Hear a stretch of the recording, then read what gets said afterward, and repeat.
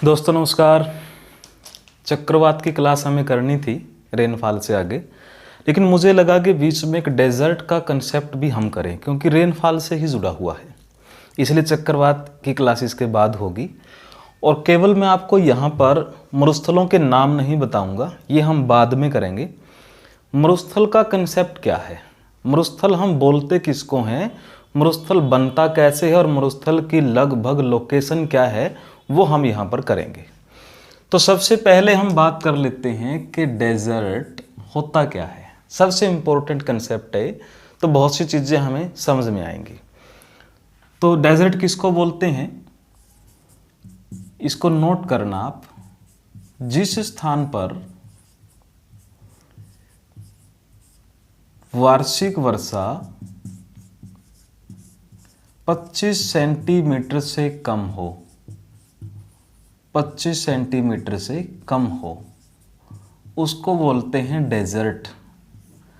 क्योंकि मरुस्थल की एक इमेज हमारे मन में होती है कि रेतीला स्थान, लेकिन रेनफॉल की क्लास में आपको ख्याल हो हमने किया था कि हमारे लेह लद्दाख में 7 से 8 सेंटीमीटर वर्षा है, जैसलमेर में 7 से 8 सेंटीमीटर है, तो दोनों 25 से कम हैं।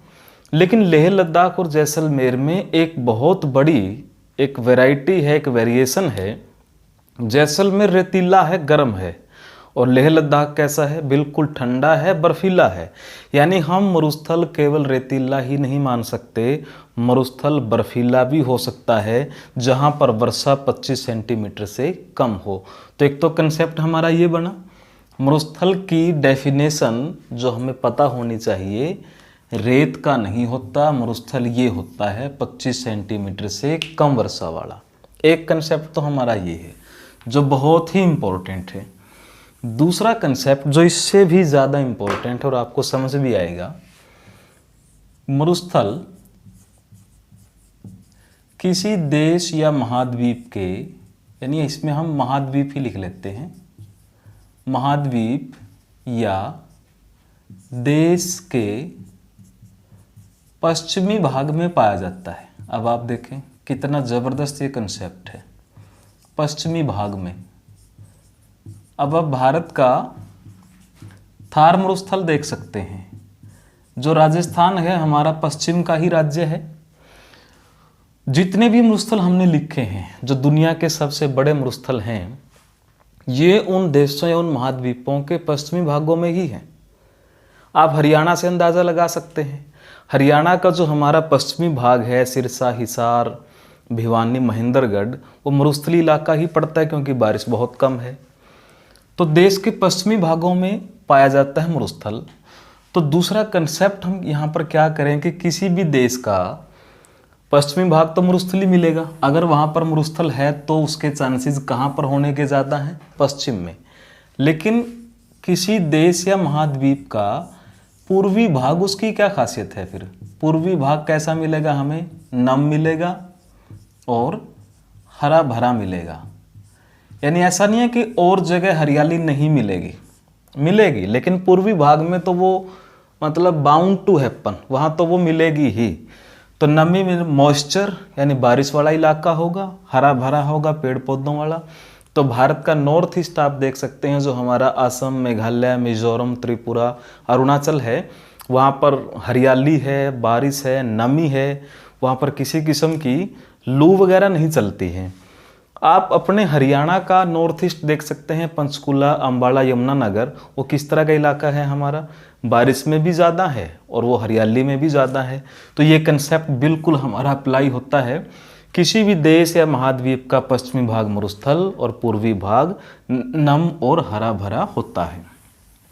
अब बात करते हैं इन मरुस्थलों की, इनकी थोड़ी थोड़ी हम खासियत करेंगे जो एग्ज़ाम के पॉइंट ऑफ व्यू से इम्पोर्टेंट है। ये शायद सभी को पता होगी, ये भारत और पाकिस्तान के बीच में पड़ता है और ये मरुस्थल भारत के तो खास तौर से राजस्थान से लगा हुआ है। तो भारत और पाकिस्तान, तो भारत और पाकिस्तान में इसीलिए हमें इसको लिख भी लेना चाहिए कि इसका क्षेत्रफल 2 लाख वर्ग किलोमीटर है। यानी इतना बड़ा मरुस्थल नहीं है जितने के औरों के नाम हम अब यहाँ पर नोट करेंगे। तो भारत और पाकिस्तान का। दूसरा यहाँ पर हमने लिखा है गोबी मरुस्थल, एशिया का सबसे बड़ा मरुस्थल है, यानी हमारे एशिया महाद्वीप में ये सबसे बड़ा मरुस्थल है। और इसकी खासियत क्या है, ये हमारे लद्दाख की तरह कैसा मरुस्थल है, शीत मरुस्थल है। जैसे हमारा लद्दाख है ना बर्फीला मरुस्थल, तो ये भी ऐसा ही मरुस्थल है। और ये पड़ता कहाँ पर है, चीन और मंगोलिया की सीमा के अंदर ये पड़ता है। गोबी मरुस्थल एशिया का सबसे बड़ा, चीन मंगोलिया में पड़ता है। और कैसा मरुस्थल है, ठंडा मरुस्थल है। इसके बाद आता है टकलामाकन। इसका केवल हम ज्योग्राफिकल लोकेशन ही करेंगे, ये मिलान करवाने जब आते हैं तो ये केवल चीन के अंदर ही पड़ता है। तो ये 3 मरुस्थल की बात हमने की जो हमारे एशिया के अंदर हैं, भारत से हैं, चीन से हैं, मंगोलिया से हैं। फिर हमारे पास है तीसरा मरुस्थल, और ये जो हमने यहाँ पर 3 मरुस्थल लिखे हैं, ये क्रमशः दुनिया के सबसे बड़े मरुस्थल हैं। यानी सबसे बड़ा मरुस्थल है सहारा, फिर है अरेबियन, फिर है ऑस्ट्रेलियन। तो सहारा के बारे में लिखते हैं। सहारा मरुस्थल की खासियत क्या है,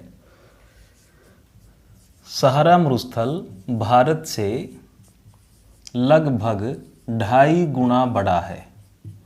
तो भारत का क्षेत्रफल तो हम सभी जानते हैं 32,87,263 वर्ग किलोमीटर। तो सहारा 2.5 गुना का मतलब है 85 लाख वर्ग किलोमीटर या इससे भी ज़्यादा। ये एक आइडिया है, बहुत सी बुक में 91 लाख भी है, लेकिन जो हमारी 7th क्लास NCERT है उसके अंदर इसको 85 लाख स्क्वायर किलोमीटर माना गया है। दूसरी इसकी सबसे बड़ी खासियत क्या है सहारा मरुस्थल की, जो कि ग्रुप डी के अंदर NCERT से प्रश्न पूछे गए थे, वहाँ से प्रश्न है, ये मरुस्थल या ये स्थान कभी हरा भरा था। यानी ऐसा नहीं है कि सहारा मरुस्थल जैसा आज है ये ऐसा ही था, ये कभी हरा भरा था। वो तो जो ज़मीन के नीचे जो वाटर लेवल था वो समाप्त हुआ, वो खिसका, उसके कारण यहाँ पर मरुस्थल पैदा हुआ। और सहारा मरुस्थल में जो थोड़ी बहुत वर्षा होती है उसके कारण यहाँ पर क्या पाए जाते हैं, मरुद्यान। मरुद्यान का मतलब सिर्फ इतना है, मरुस्थल के अंदर जो छोटे छोटे बागीचे थोड़ी बहुत बारिश से बन जाते हैं उनको बोलते हैं मरुद्यान। दूसरा, दुनिया का सबसे बड़ा तो ये है ही, 11 देशों से सीमा लगती है। वो तो हम कभी महाद्वीप जब करेंगे, जैसे अफ्रीका महाद्वीप के अंदर ये है, तब हम उन देशों को भी करेंगे बिल्कुल कि कौन कौन से देश सहारा मरुस्थल के साथ सीमा बनाए हुए हैं। और दुनिया के सबसे गर्म स्थान भी फिर यहीं पर, सबसे गर्म स्थानों में से एक यहाँ पर हमें स्थान मिलेंगे। तो सहारा की खासियत क्या हुई, 2.5 गुना बड़ा, हरा भरा था, मरुद्यान है, 11 देशों से सीमाएं लगती है। और यहाँ पर कुछ टाइप की जो जनजातियाँ हैं, बद्दू टाइप की, वो सहारा मरुस्थल के अंदर मिलती हैं। उसके बाद है हमारा अरेबियन डेजर्ट। अरेबियन डेजर्ट का मतलब है जो अरब कंट्रीज़ हैं, जैसे हमारा अरब सागर है। एक तो अरब मरुस्थल अगर हम यहाँ पर लिखें तो ये अरब देश या अरब मरुस्थल भारत के पश्चिम में है। और वो कौन कौन से देश हैं, Iran, Iraq, Jordan, Syria, Kuwait, उन देशों की बाउंड्री जो है इस अरब मरुस्थल से लगती है। लगभग 8 देश, 8 से 9 देश, 8 देशों से सीमा लगती है। तो ये अरब मरुस्थल की खासियत हुई, अरेबियन कंट्रीज। फिर तीसरा सबसे बड़ा मरुस्थल दुनिया का ऑस्ट्रेलियन मरुस्थल। ऑस्ट्रेलियन मरुस्थल की खासियत क्या है कि ऑस्ट्रेलियन मरुस्थल विक्टोरिया, सैंडी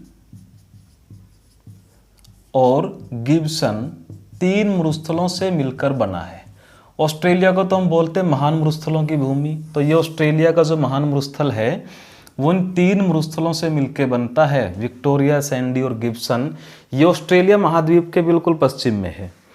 तो महान मरुस्थलों की भूमि बोलने का कारण यही है कि 3 बहुत बड़े बड़े मरुस्थल हैं।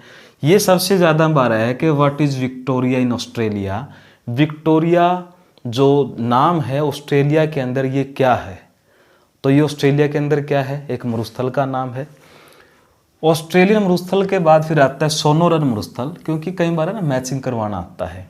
सोनोरन ये मरुस्थल मैक्सिको और यूएसए के अंदर पड़ता है। तो मैक्सिको तो हम कई बार सुन चुके हैं कि हरित क्रांति सबसे पहले दुनिया में यहीं आई थी।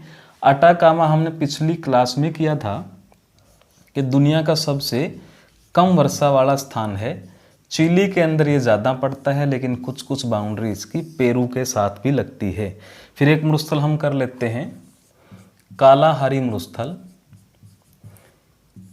ये अफ्रीका महाद्वीप के ही अंदर है कालाहारी मरुस्थल।